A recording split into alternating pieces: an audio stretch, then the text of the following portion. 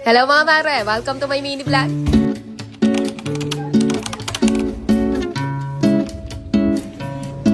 Happy Monday mga mare! Ganito yung mga kadalas ang ganap namin ngayon tuwing araw ng Lunes. Kaya tara, another day, another mini vlog! Simula nga nang nag-school na rin tong batang maliit, mas lalong sobrang naging busy talaga yung bawat araw namin dahil tatlo na nga silang inaasikaso namin ngayon tuwing umaga. Bale, nauuna pumasok si ate at kuya sa school mga mare, then last na nga namin hinahatid yung batang maliit. Hindi na rin nga kami nakakapag-monthly grocery nitong mga nakaraan or nakakapamili ng maramihan dahil sobrang busy talaga. Ang ginagawa na lang namin mga mare, every Monday, dumadaan na lang kami dito sa may Mart sa may bayan dahil nadadaanan lang din naman namin to kapag naghahatid nga kami sa batang maliit. Kaya yan at pakonti-konti na nga lang yung pinapamili namin dito. Bali pang stock lang to na good for 1 week lang. Bilisang pamimili lang dito mga mare dahil 1.5 hour nga lang yung pasok ng batang maliit. Ihahatid pa namin to sa bahay, then babalik na rin kami agad para sunduin siya. Then si kuya naman namin mga mare, hindi na yung nagpapasundo, nagkukommute na lang yun pa uwi, at si ate naman 4 PM pa yung labas niya sa school. Kaya sobrang laking tulong din talaga na meron na kaming nakakasama ngayon dito sa bahay dahil kung kami pa rin nga yung gagawa ng lahat ng iyan, baka naman talagang lumawit na yung dila namin.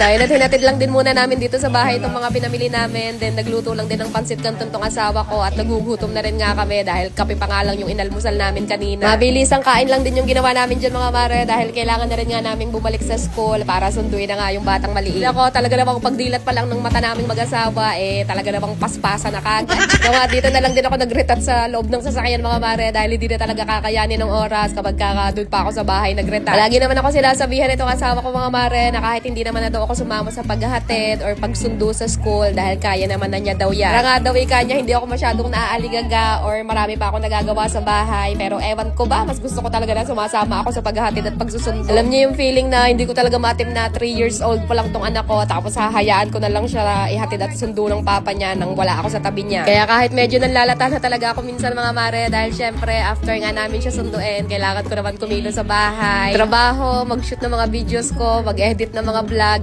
talaga namang kinakaya pa rin para nga lang talagang matutukan siya. Lagi din kasi nasa isip ko mga mare, minsan lang sila magiging bata, minsan lang namin mararanasan yung mga ganito. Kaya nga din kahit medyo maganda-ganda yung trabaho ko noon sa corporate world, iniwan ko talaga yon para nga lang mas matutukan at mas maalagaan ko sila. Hindi rin kasi talaga ako makafocus sa trabaho mga mare dahil palagi ko nga sila naiisip, inaalala. Kaya simula nung nag-decide talaga ako na maging full-time mom, sa kanila na lang talaga umikot yung buhay ko araw-araw. Bago bang tayo magkaiyakan dito mga mare, babalik na tayo dito sa video. So ayan, at ngayon pa nga lang din ako makakaligpit dito sa kwarto namin. Kita nyo ba yung mga tasa na yan sa mesa ko? Nako, ganyan lang naman karaming kape yung nalalaklak ko tuwing gabi kapag nag-e-edit na nga ako ng mga videos ko. Alas kasi mga mare, madaling araw na rin talaga ako natatapos mag-edit ng mga videos ko, kaya napaparami talaga yung nalalaklak kong kape. Dito nga pala mga mare, yung sinushoot ko dito is yung ginagamit ko na panglinis na yan na Suds All-Purpose Cleaner, kaya tamang eme-eming punas muna tayo dito. At after ko maglinis dito sa kwarto, kumain lang din muna kami ng tanghalian, then naligo na rin ako kagad at kailangan ko rin nga i-shoot tong isang brand ng damit na pinopromote ko din. Late upload na rin nga tong vlog na to mga mare at ngayon ko nga lang din to na-edit. Alam nyo naman, sobrang busy ang kumarin nyo.